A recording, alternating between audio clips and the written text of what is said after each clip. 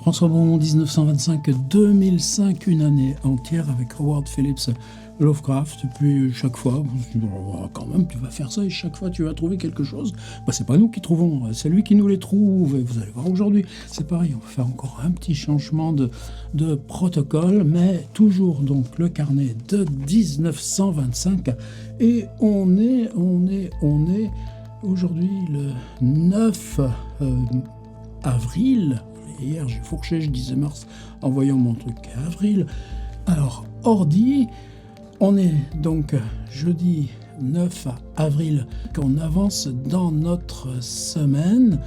On a toujours le petit truc un peu biscornu, il déborde d'une journée sur l'autre et on a un gros rendez-vous qui va être aussi déjà dans la vidéo d'aujourd'hui, puisque samedi soir tard, on se rendra à la gare, à la Penn Station, pour arriver dès le matin à Washington, avoir une longue journée, avec retour à New York le soir. Une seule journée à Washington, mais ça tombe bien, moi aussi, Washington, je n'y ai passé qu'une seule journée, mais une super. Et donc Lovecraft, dans la tête, c'est la préparation. La préparation, on a vu qu'il prend des notes, qu'il rentre là le soir, s'occuper de ses guides.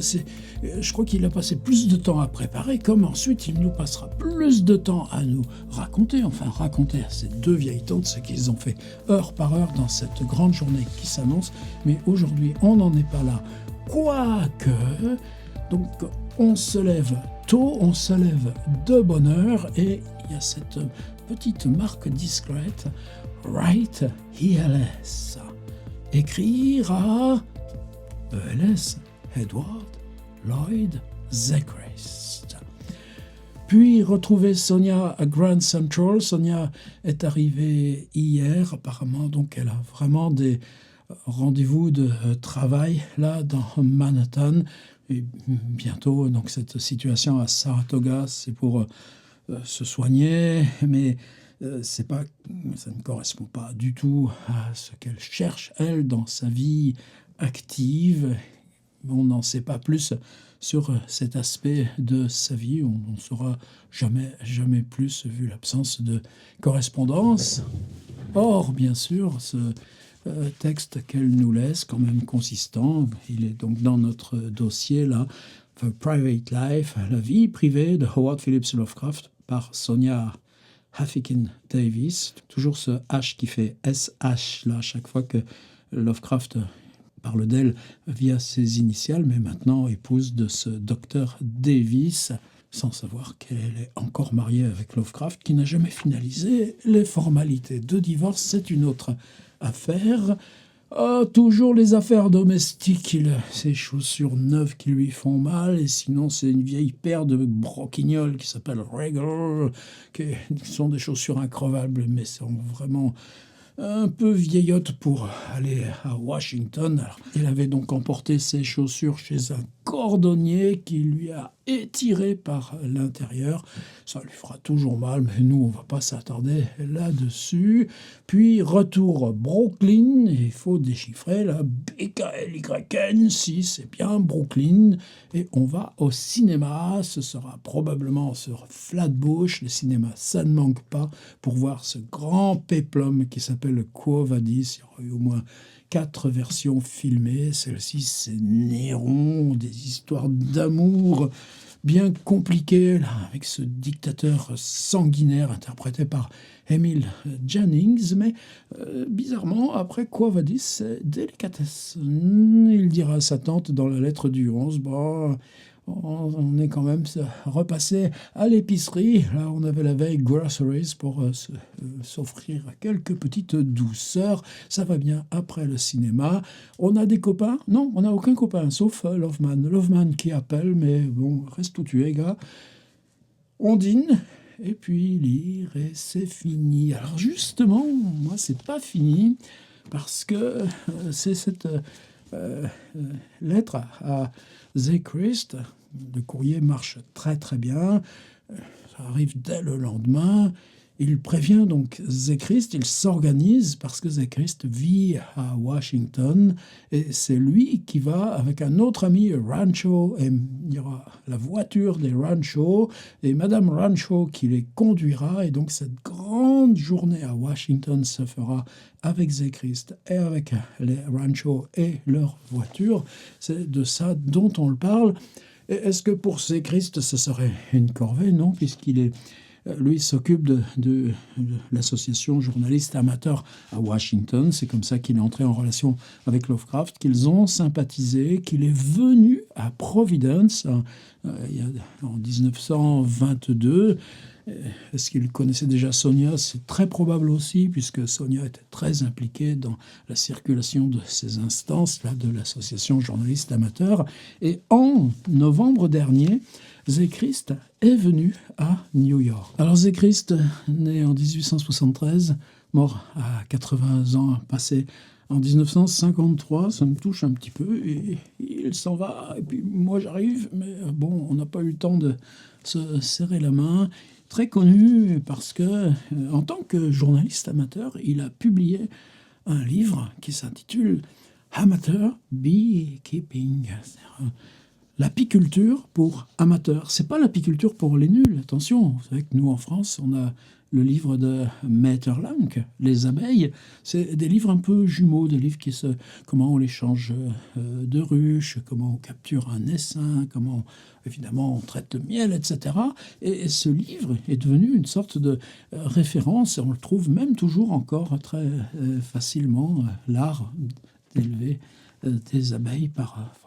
Mais Zekrist, sa vraie passion, alors il a voyagé en Afrique, et ça, Lovecraft, il est insatiable d'histoires, de paysages, d'aventures concrètes, et il s'est rendu jusqu'en Polynésie. Zekrist est amoureux de Tahiti, et Lovecraft nous dit que quand il vient à New York, il amène un plein cartable rempli là, son journal, ses récits, ses notes, observations, renseignements pratiques. Toute cette question des guides, là, comme le WPA de New York, c'est une question qui vaut pour tous.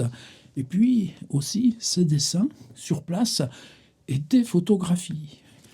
Zekrist cherche tout simplement toute la semaine de son passage à New York, un éditeur pour un livre qui s'appellerait South Seas, les mers du voyage dans les mers du Sud. Voilà, et Stevenson qui prendra le titre pour lui. Et apparemment, la quête sera vaine. On n'a jamais retrouvé ces photos. On n'a aucune archive écrite de, si je ne me trompe pas, de Edward Lloyd Zekrist. On n'a même pas le jour de sa mort. Sinon, là, donc, ce qui nous reste là, ce livre sur les abeilles. Mais, dans mon petit PDF, un petit tour.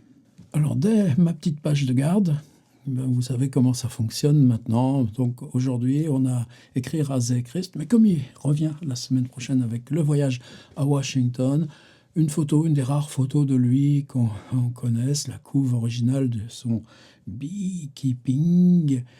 Et comme on va au cinéma voir Quo Vadis, j'ai mis 4 petites images, 4 petites... non, mais c'est pas des captures écran, c'est des cartes postales éditées à l'époque pour accompagner la sortie du film. Moi, je suis de plus en plus surpris par cette question de cette profusion de cartes postales. Par exemple, là, dans cette grande lettre là qu'on va lire de novembre, on parle de Queensborough Bridge. Vous trouvez des cartes postales de Queensborough Bridge en 1925.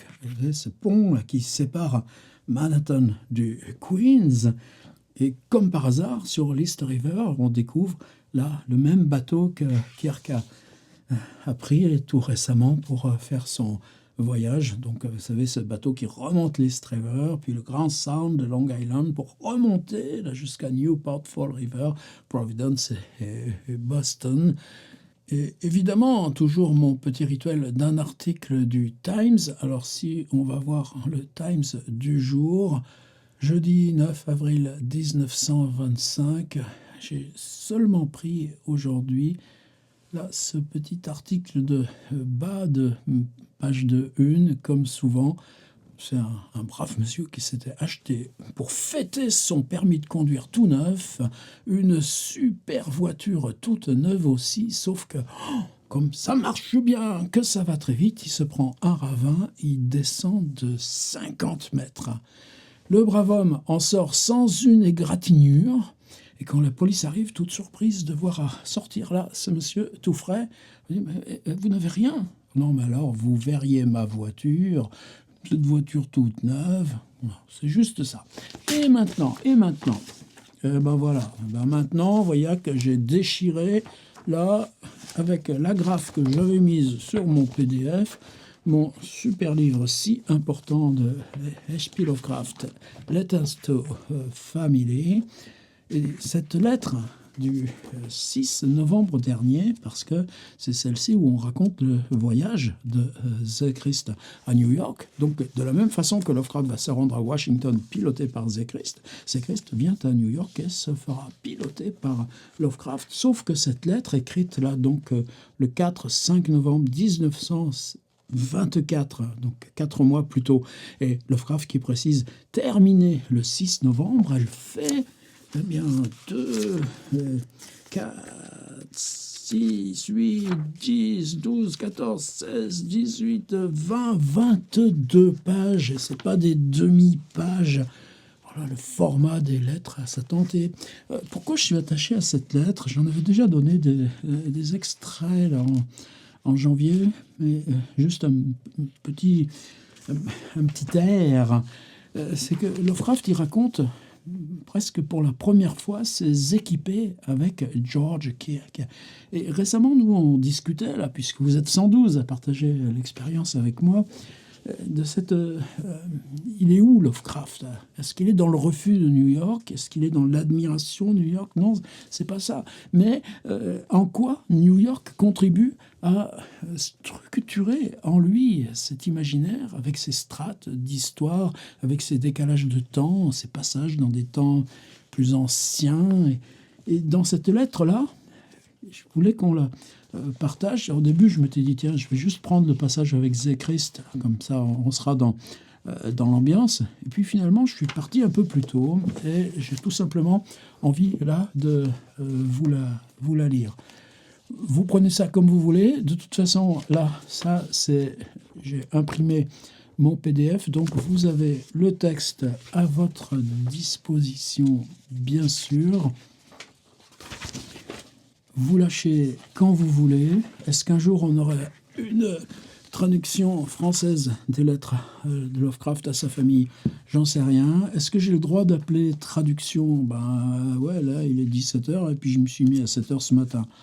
Donc, c'est quand même un boulot de traduction, mais j'appellerais quand même ça transcription. Quand vous traduisez, c'est un paragraphe, puis le lendemain un autre paragraphe, puis le lendemain un autre paragraphe. Non, c'est pas ça. Là, je prends un peu en bloc, on y va. Il s'agit, nous, de manipuler du texte. Et puis, bon, c'est la lettre à la vieille tante, quoi. On n'est pas dans un truc de littérature, n'empêche que. Donc, on commence, et j'ai mis des petites notes. Waouh, des notes de bas de page. Ça fait bien, ça. Je pourrais presque avoir une thèse de... doctorat, comment on appelle ça, honoribus, honoribus, etc.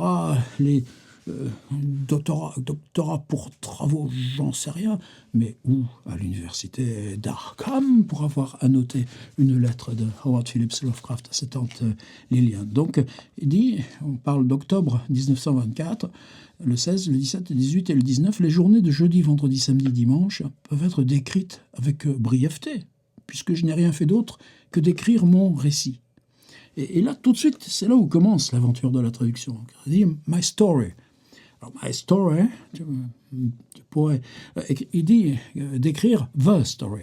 Pardon, il ne dit pas « mon récit », mon histoire, il dit « the story ». Le mot « story », c'est une histoire. Tu racontes une histoire? Ouais, tu racontes une histoire à ton petit-fils. Est-ce qu'il s'agit là juste d'une histoire? Il s'agit de la maison maudite, The Shunned House. Quiconque connaît un peu Lovecraft, The Shunned House, On le garde ici. Il n'y a pas de texte qui soit plus dans le malaise, dans la peur. Et moi, c'est par là qu'a commencé l'aventure avec Lovecraft. Benefit Street, devant cette belle maison rue Pin, là, jaune, qui a changé de propriétaire tout récemment, avec un petit panneau, là, attention, chien, etc. Puis dire, un peu marre des photographes. Parce que tout le monde qui vient à Benefit Street, ah, c'est la maison maudite. Et oui, mais la maison maudite, elle n'a rien. C'est une maison parfaitement pas banale, mais elle est belle, elle est tranquille, elle est jolie. Évidemment, c'est l'Amérique coloniale, sauf qu'il y a la porte de la cave. Et la porte de la cave, tu dis, oh, la porte de la cave. Ah ouais, mais c'est juste une petite porte en bois qui donne sur la rue. Et là, tu comprends. En tout cas, moi, c'est ça qui s'est passé. Tu comprends que le fantastique de Lovecraft, c'est pas là commuter vers des mondes. Bien sûr, tu commutes, bien sûr, il y a les tentacules, etc. Mais c'est comment, là, l'univers ordinaire, la rue où tu passes, la rue où tu habites, tout d'un coup, tu peux basculer dans l'horreur. Et moi, l'aventure a commencé à partir de là. Mais Lovecraft, il dit jamais The Shan House. Il dit la maison maudite. Non, il sait que ça s'appelle comme ça. Mais il dit The Story. L'article, toujours. C'est l'histoire sur laquelle il est souvent. Alors, je n'ai pas traduit The Story, histoire, je n'aime pas nouvelle, c'est des fois on dit « Ah, Lovecraft avec ses novelettes », ouais, parce que des fois c'est 200 pages. Charles Dexter Ward, The Case of Charles Dexter Ward, ouais, c'est un roman, on peut aller là, Montagne de la folie, Mountains of Madness, on peut dire, ouais, c'est un roman, mais sinon, quand ça fait 80 pages, là, la chose sur la seuil, Saying on the Doorstep, qui n'est pas un monstre, attention. Attention au titre quand vous procurez des traductions. C'est un bon baromètre de ce qui merde ou ce qui merde pas. Non, j'aime pas surtout qu'on dise novelette ou machin comme ça. Donc je préfère récit. Il dit, il est plus long que la moyenne de mes autres récits et a nécessité beaucoup de précision, si bien que j'ai dû procéder à de nombreuses éliminations et réarrangements drastiques avant de pouvoir l'assembler en un texte continu. Ça, c'est intéressant. Parce que tu te dis, dans la version qu'on lit de The Shan House, la maison maudite, peut-être que si on disposait des manuscrits aujourd'hui, on aimerait avoir une version complète. On aimerait y intégrer peut-être, ou pourquoi pas, ou au moins en note, les passages que Lovecraft a supprimés. Non, on ne pourra pas. Et par contre, l'assembler en texte continu. Mais quand tu lis The Shan House, tu as l'impression que c'est continu, tu vas jusqu'au bout, jusqu'à l'horreur finale. Non, c'était un texte discontinu, et c'est parce que lui l'a recomposé dans son architecture qu'il nous donne l'illusion d'un texte continu. Ça, c'est pas inintéressant. Dimanche après-midi, Sonia et moi, il dit toujours SH, nous nous sommes promenés dans Prospect Park. Le soir, nous sommes allés au cinéma. Par contre, il ne nous dit pas le film. Après quoi, nous avons acheté une glace à la confiserie du coin. L'avons emportée, il met entre parenthèses, c'est-à-dire la glace, pas la boutique, à la maison pour la déguster. Point. Ce à quoi nous avons procédé. Point. Le lundi 20, je suis resté chez Sony, donc Frank Belknap Long, toute la journée, à la fois pour le déjeuner et le dîner, puisque nous avons longuement discuté du récit, The Story, toujours sans le titre, qui était alors à peu près terminé. Belknap a fait plusieurs suggestions pour les proportions, dont l'une que j'ai adoptée avec gratitude. Mais il ne nous dit pas le détail. Vous savez que dans Shan House, on a 2 énormes flashbacks, un sur toutes les misères, les malheurs, les morts, les maladies qui sont arrivées aux occupants de cette maison, et puis un autre ensuite, là, ce méchant français qu'on va trouver enterré dans la cave et qu'on va percer là d'un éclair électrique. Je vous raconte pas l'histoire. Lui aussi, un flashback là sur ces immigrations là, des Huguenots français après l'édit de Nantes. Mais comment on gère comme ça 2 énormes flashbacks dans un récit qui doit reculons jusqu'à ce dénouement final. Alors, on a travaillé encore à mon récit, je suis allé me coucher vers minuit, mais j'ai dû m'habiller en toute hâte. Au moment même où j'entrais dans la chambre, à cause des spasmes gastriques soudains dont Sonia avait été prise alors qu'elle se reposait dans son lit après une journée de malaise général. Nous avons appelé l'hôpital, comme je le racontais dans ma lettre à Annie Gamwell, l'autre tante, et nous sommes hâtés de descendre, prendre un taxi pendant que les petites heures sinistres recouvraient le monde. Ça, c'est Lovecraft. Le mardi, j'ai apporté un certain nombre de choses à l'hôpital, donc être hospitalisé là pendant un certain nombre de jours Puis je suis rentré à l'appartement et dans la soirée, j'ai retrouvé Kleiner et Loveman. Salut les copains, tu reviens d'où, de l'hôpital? Ça va? Ouais, ça va. Allez, on va où là? Pour une tournée des librairies.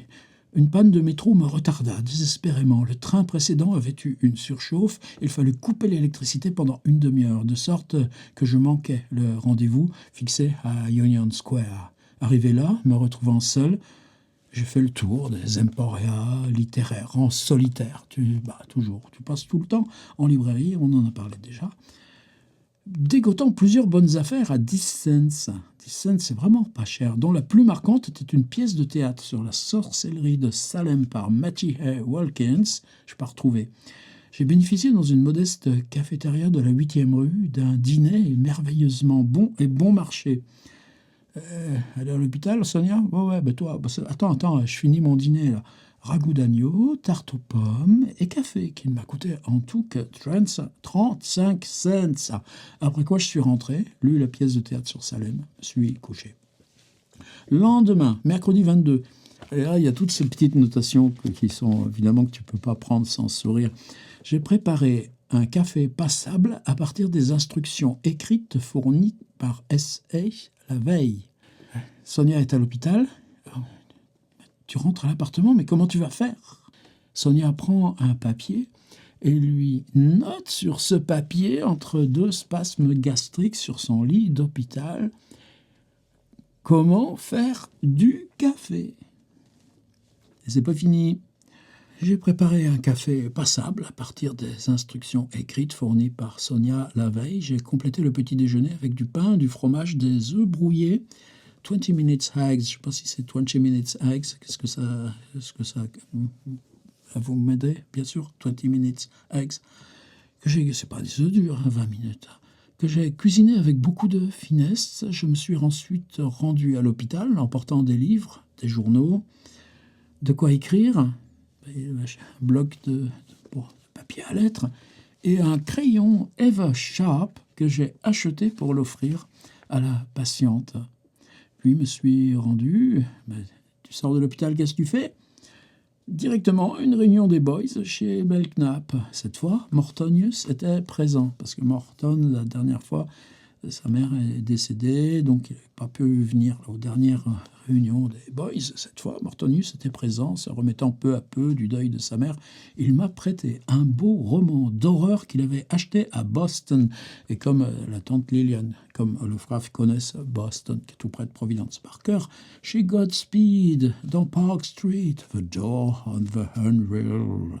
La porte de l'irréel de Gerald Bees s'est avérée être une histoire de loup-garou très efficace. Il y a rarement des weird tales sans histoire de loup-garou dans ces années 23-25. Et Kleiner, qu'est-ce qu'il a fait le pauvre Kleiner, employé de bureau à Manhattan? Il s'est endormi, Kleiner, endormi, a interrompu la réunion à minuit. Ça y est les gars, moi je vais me coucher. Mais Morton, Leeds, Kirk, Loveman et moi-même nous sommes rendus dans une cafétéria voisine où nous avons gravement discuté jusqu'à 1h30. Ouais, c'est rien du tout. Mais attendez, Kirk et Samuelus sont ensuite partis vers le nord, Leeds a pris le métro vers le sud, tandis que Morton et moi avons marché jusqu'à la 72e rue, c'est incroyable le nombre de kilomètres au total, avons traversé la Columbus Avenue pour grimper de part et d'autre des voies de l'Elevated, donc toujours ces métros qui naviguent là au niveau des premiers étages, tout brinque-balle sur leur charpente en ferraille, nous faisant des gestes grotesques d'un côté à l'autre des 2 voies, jusqu'à ce que, par une heureuse coïncidence, 2 trains opposés arrivent exactement, je change de page, au même moment pour nous engloutir et nous emporter dans nos discussions respectives vers le nord et vers le centre. Jeudi 23, je me suis partagé entre l'hôpital et la lecture à la maison. Le vendredi 24, à peu près la même chose, jusqu'au soir. Donc il va tous les jours à l'hôpital quand même. Hein. Au lieu de rentrer, je me suis rendu à une réunion impromptue des boys chez Kirk. Et là, un détail qui est intéressant pour nous, pour la suite. Une réunion convoquée pour s'assurer de la présence du gentil et honnête vieux McNeil. C'est que récemment, on avait fait une petite incursion qui était Everett McNeil, comment y vivait avec ses romans pour enfants qui ne marchent plus, qui, à cause d'une querelle financière, refuse d'assister à nos réunions quand Leeds est présent. Ils sont que 8, mais il faut bien qu'il y en ait 2 qui... Leeds lui avait emprunté 8 dollars et ne les lui a pas rendus à la date promise. Un manquement à la foi qui a pour effet de troubler l'esprit victorien du bon vieux garçon, si bien qu'il ne reconnaîtra pas son frère fautif tant qu'il n'aura pas réparé son erreur. Nous trouvons beaucoup de motifs de sympathie des deux côtés. Nous aimerions avoir les deux garçons avec nous, mais il faut que ce soit Leeds aux réunions régulières, puisque McNeil est à l'initiative de la rupture, et nous pouvons difficilement dire à Leeds de s'en aller, alors qu'il n'a pas fait de mal au reste d'entre nous, Cornelia. Cette réunion spéciale a été agréable. Même si Mortonius était absent, Loveman joua de nouveau, ça aussi c'est important. Loveman a un poste de radio à 100 dollars. Loveman joua de son nouveau... on play. Comme les électrophones, on play 33 tours, etc. C'est toujours le play. Alors, comment traduire en français? J'ai laissé joua de son poste de radio à 100 dollars. Vous verrez que c'est ce poste-là que plus tard Loveman déposera chez Lovecraft dans une alcôve et qui sera cambriolé. On le retrouvera sur la route, le poste de radio.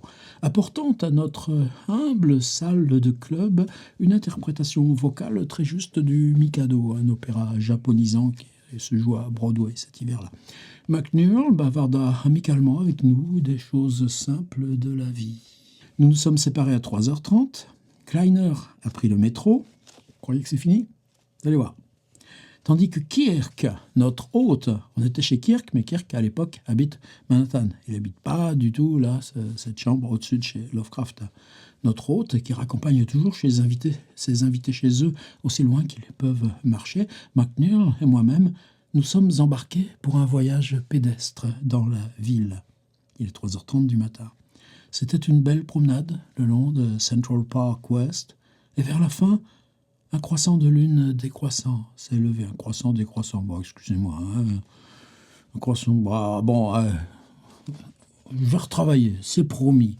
49e rue, Kirk et moi avons bifurqué vers l'ouest avec McNeil et l'avons raccompagné jusqu'à sa haute demeure de Hell's Kitchen.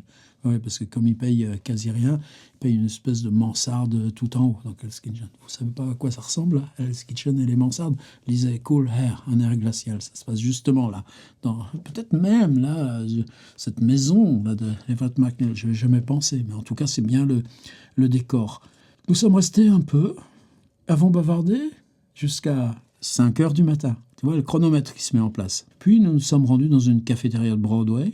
Donc là, il n'y a plus que Kirk et Lovecraft. Près de la 49e rue, bam, tu marches, à la cafétéria, Kirk orienta la conversation vers la philosophie. C'est intéressant parce que apparemment, c'est une des premières fois que Kirk et Lovecraft se retrouvent tous les deux et pour discuter vraiment, vraiment tout seul. Le temps s'évanouit dans une fine brume grise. L'aube pâlit l'est, puis dort les sommets des gratte-ciels voisins. Ça aussi. Mais nous ne le savions pas. Nos esprits étaient tournés vers de graves généralités. Et comme aucun serveur ne nous dérangeait, nous nous élevions jusqu'aux confins du cosmos, tandis que notre argile grossière s'étalait dans des fauteuils à un bras le long du mur carrelé. Ils sont sur des banquettes, tranquillement. Le bistrot est vide, il n'y a pas de serveur. Il est 5h30 du matin quand tu entres dans le bistrot. Et tu en sortiras. Le matin sera venu. Kirk est plus intelligent que je ne l'avais imaginé, petit sourire, car il est habituellement silencieux, peu communicatif. Ça, c'est une découverte. En ce qui concerne les croyances, lui et moi ne faisons qu'un, car malgré une éducation méthodiste sévère, il est un cynique et un sceptique absolu. Donc, adjectif que Lovecraft revendique pour lui, qui se rend compte de façon poignante que l'univers est fondamentalement dépourvu de but. Et là aussi, on touche un point central chez Lovecraft. À 9h30, 4 heures plus tard, milieu de matinée, nous avons fait une pause pour reprendre notre souffle et sommes partis dans l'air frais du matin pour une exploration de quelques lieux historiques. Donc on est au bout de la nuit blanche déjà. Nous avons d'abord marché jusqu'à l'ancienne demeure de Jane Taylor, au pied de la 61e rue, celle que Annie Gamwell, donc la tante qui l'a visitée à New York il n'y a pas si longtemps, avons visité en avril dernier. Elle était très belle, avec le soleil sur son extrémité orientale. Et nous nous sommes attardés longtemps avant de passer sous la sinistre maçonnerie du Queensboro Bridge. Donc les voilà qui arrivent dans le Queens, à la recherche de Sutton Place. Le quartier conservant de somptueuses maisons néo-géorgiennes avec leurs cours et jardins sur des terrasses donnant directement au-dessus de l'East River. Sutton Place s'est avéré tout aussi charmant. Et là, attention, passage comique, je l'annonce, hein. Attention, passage comique. Afin d'avoir vue sur l'arrière des jardins qui surplombent la rivière, hors de vue de la rue, nous avons grimpé dangereusement le long de la falaise à pic en nous accrochant au grillage qui les délimite par sécurité. Donc on est au-dessus de l'East River à pic. Nos efforts ont été récompensés. Nous avons découvert de nombreuses merveilles coloniales. Ouais, en nous accrochant au grillage qui les délimite par sécurité, en trouvant des points d'appui précaires dans la terre croulante de la falaise. Imaginez les deux bonshommes avec avec son chapeau de feutre mou. Nos efforts ont été récompensés. Nous avons découvert de nombreuses merveilles coloniales avec leurs promenades, jardins, ainsi que pris un magnifique aperçu d'une porte arrière donnant sur la vallée du Connecticut, du type à fronton brisé.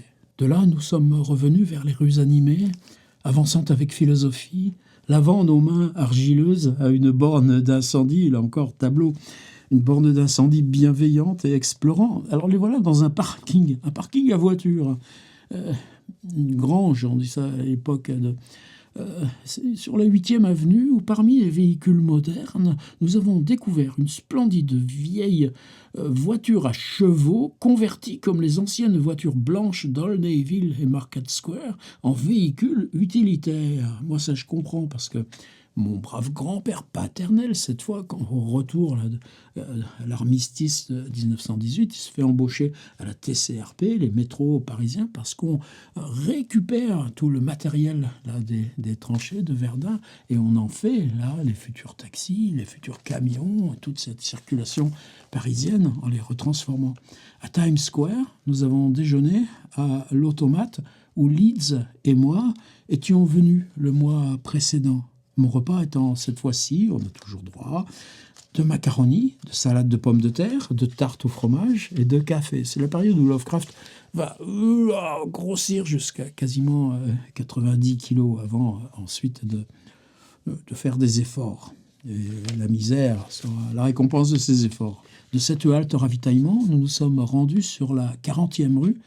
Et là, attention aussi, c'est là où on va avoir peut-être la seule fois où l'imaginaire urbain contemporain devient, pour Lovecraft, une expression directe des structures narratives qu'il utilise.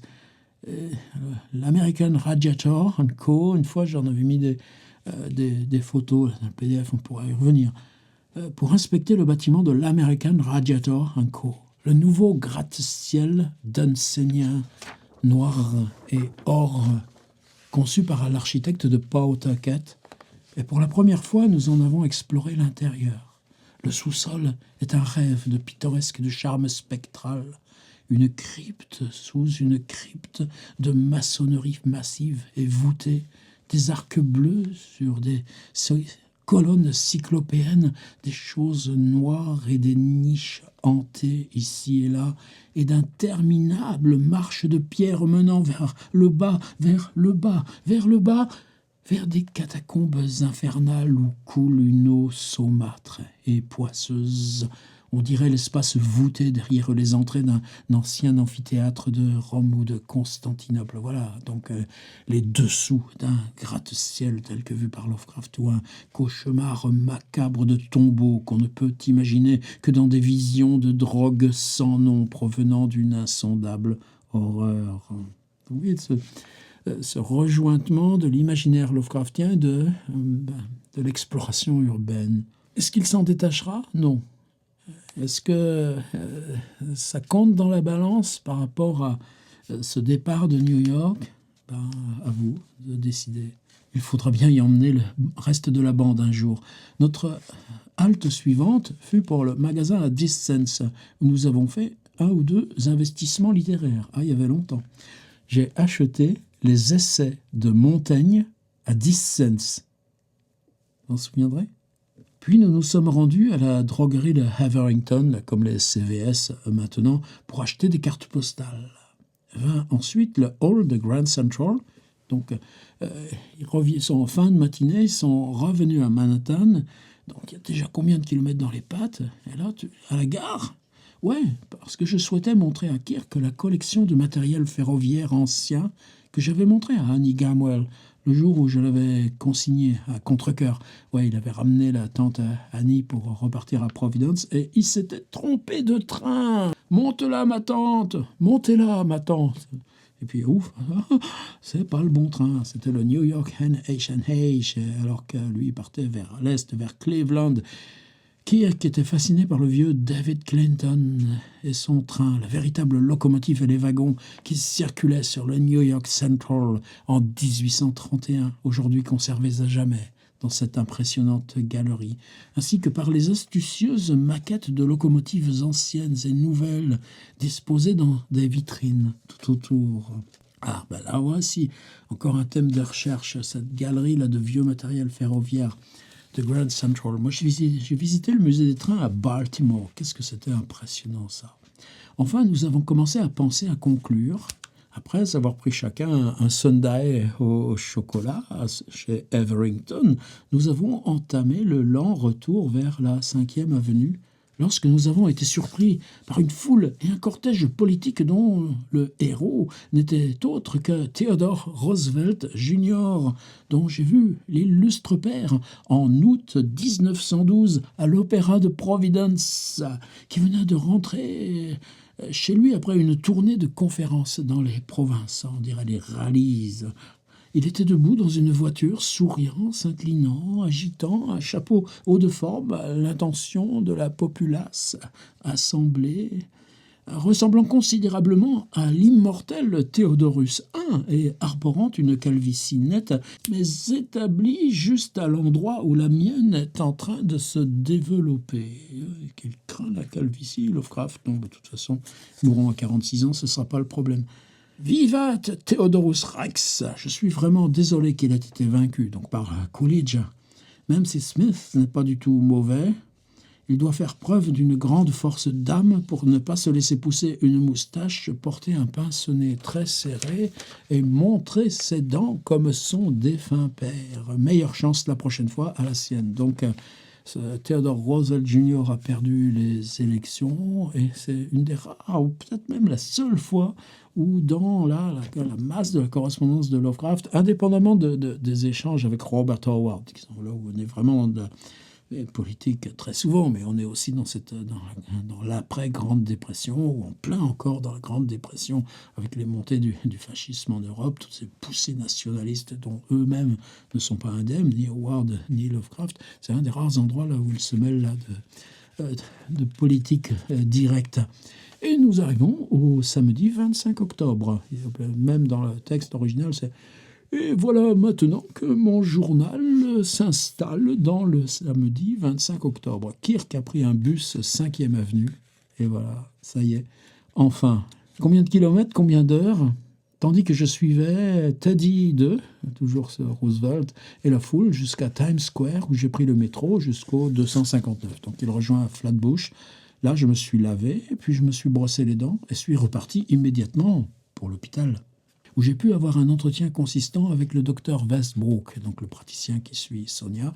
J'y suis resté jusqu'à 21h, heure de fermeture, laissant tomber au passage un semi-engagement avec Loveman pour aller à New York et faire une descente dans les librairies du quartier. Ah bah dis donc, pour une fois, tu ne retrouves pas Loveman pour aller dans les librairies que tu avais prévu d'explorer à New York. Dimanche et lundi, je me suis occupé de l'appartement, perfectionnant également ma technique ménagère et mon art de la préparation du café. J'ai fait en sorte que l'endroit soit bien balayé, dépoussiéré, de sorte que Sonia ne remarque pas de différence par rapport à la normale à son retour. Donc ça va mieux. Mardi, Là encore, après avoir réussi à cuisiner et préparer des spaghettis selon les instructions de Sonia, je suis allé à l'hôpital pour ma visite habituelle, après quoi je suis descendu en ville pour rencontrer, cette fois, Belknap Long, Sonny Boyle, chez McNeil, puisque nous avions prévu de rendre visite au vieil homme, sauf qu'il n'était pas chez lui, ce qui a changé notre soirée en une nouvelle tournée des librairies, couvrant le quartier des boutiques de la 59e rue. Belknap s'est procuré un bel ouvrage de Walter Pater. Alors là, vous savez, c'était ma honte dans le Commonplace Book. Je ne savais pas que Walter Pater, c'était un auteur d'un essai sur l'art de la Renaissance. Je veux dire une grosse bêtise. Alors maintenant, oui, c'est corrigé, j'ai fait acte de contrition et tout ça. Donc Belknap, là, achète un Walter Pater, l'art de la Renaissance, dans le Commonplace Book. Lovecraft recopie une phrase de Walter Pater à propos de Léonard de Vinci et un exquis volume de poésie de Landor. Et là, j'ai trouvé pour moi un volume de Gautier. Un Gautier, tout simplement. Lovecraft, dans sa bibliothèque, a 4 bouquins de Théophile Gautier. En général traduits et imprimés à Londres, sauf celui-ci, parce qu'il dit avec introduction d'Edgar Saltes pour moi, et il achète aussi un château d'Otrante de Walpole pour offrir à Morton. Mais donc Gautier, bah ouais, là c'est un truc qui s'appelle Dinner, Conte de l'avant-souper. Et là, il s'agit d'un livre imprimé en 1887, donc traduit et préfacé par Saltes, traduit par Saltes, Edgar Saltes, mais sous pseudonyme. Et le livre s'intitule Tales Before Supper. Ça associe il y a par exemple Avatar de Théophile Gautier et La Vénus d'Île de Mérimée. Mais ça, c'est aussi important, ce lien là-dedans. Oui, parce que c'est la phrase avant le contenu de l'histoire. Et pourtant, c'est fantastique. Lovecraft ira beaucoup plus loin dans le fantastique que Gautier, entre autres, ou même Maupassant. Mais ce rapport-là de comment la prose lyrique ou l'instance poétique de la prose est l'outil qui permet de décalquer la réalité, de changer de niveau de réalité. Ça, même Baudelaire, pour lui, là, c'est une filiation quasi directe. J'y tiens, mais j'y tiens vraiment, vraiment.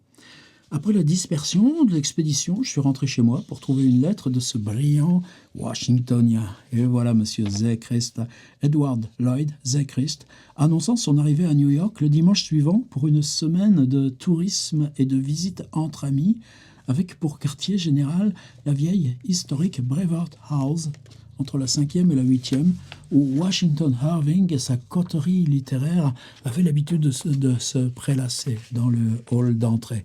Donc, en gros, Zeechrist va là dans le village et trouve une sorte d'Airbnb. Il va payer cher, on va nous le dire, il va payer 3,50 $ par jour. Lovecraft paye 8 $ par semaine à Brooklyn. Mais il sera là dans une chambre de ces vieux replis du village que Lovecraft va découvrir avec lui en le raccompagnant là, dans le creux des nuits. Et c'est ce lieu historique qui, évidemment, lui va le marquer aussi. Le mercredi 29, le reste de mes livres commandés chez Scribner est arrivé. Alors ça, peut-être vous vous souvenez pas. Vous savez que Henry Berger à Chicago avait eu l'idée d'un magazine fait entièrement de blagues. Il avait demandé à Lovecraft une collection de blagues. Le magazine ne s'est pas fait. On n'a jamais su qu'est-ce que c'était que ces blagues écrites par Lovecraft. Mais il lui avait payé 60 $ en dédommagement, sauf qu'il lui avait donné 60 $ en bon d'achat sur cette grosse librairie Scribner qui leur appartenait, je crois, etc. Et immédiatement, j'ai commencé le nouveau roman de Dunsany, La fille du roi d'Elfland.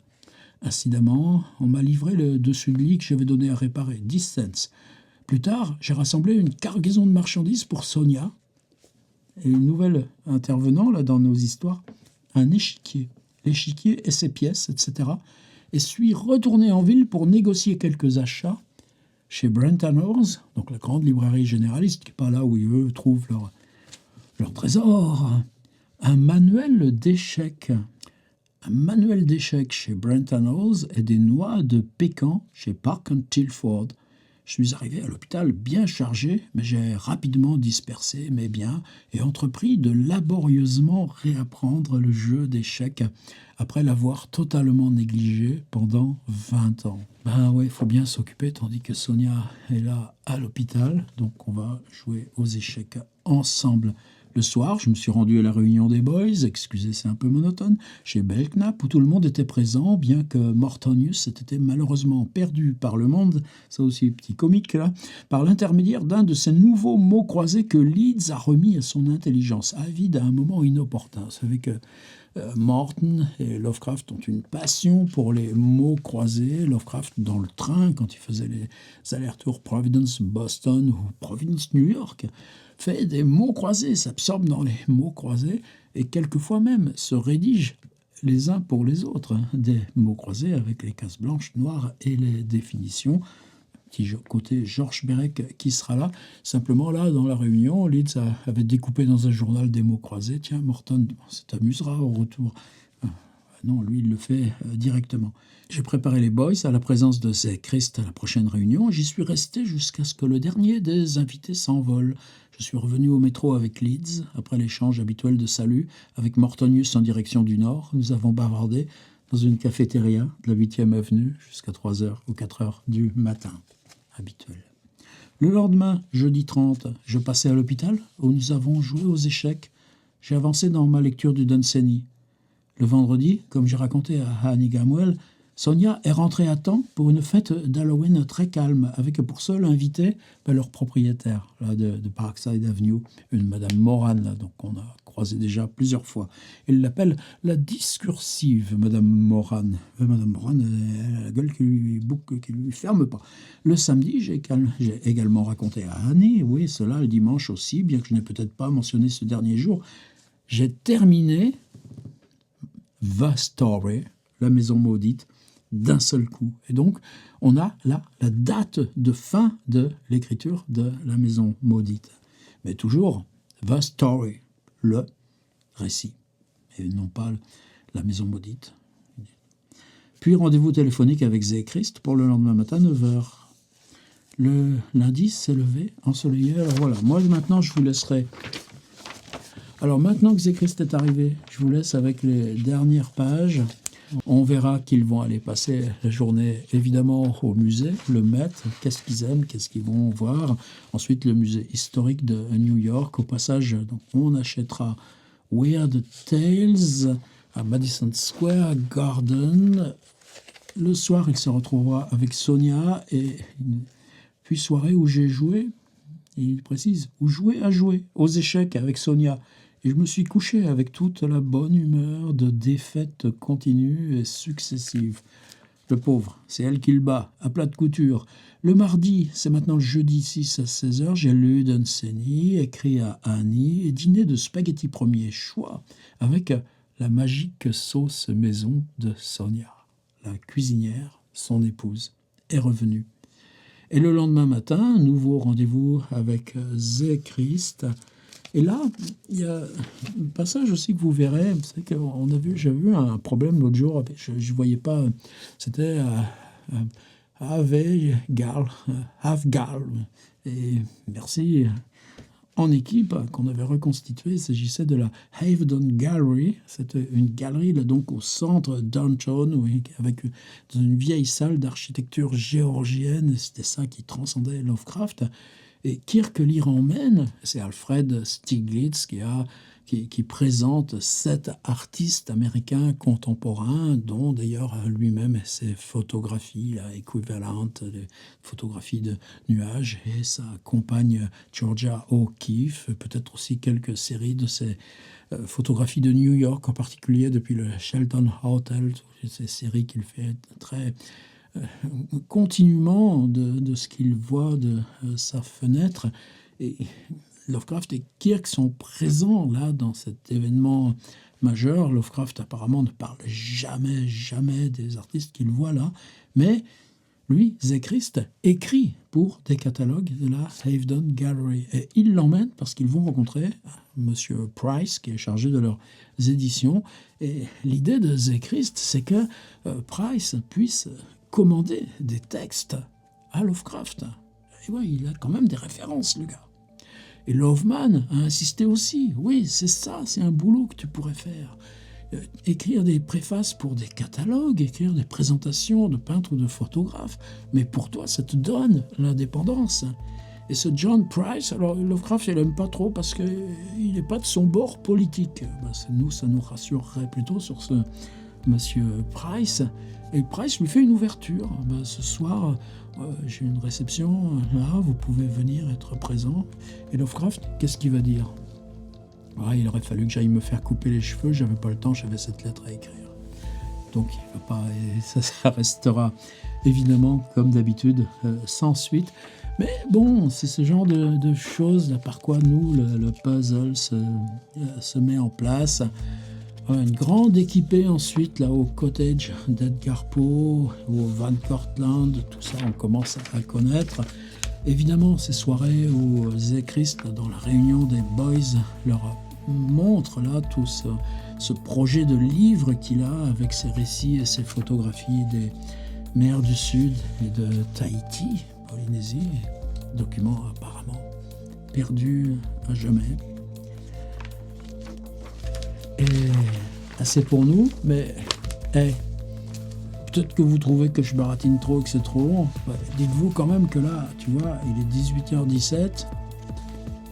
C'est depuis 7h ce matin, l'affaire de cette lettre du 6 novembre 1924. Insérée aujourd'hui dans le 9 avril, puisque maintenant c'est le contraire.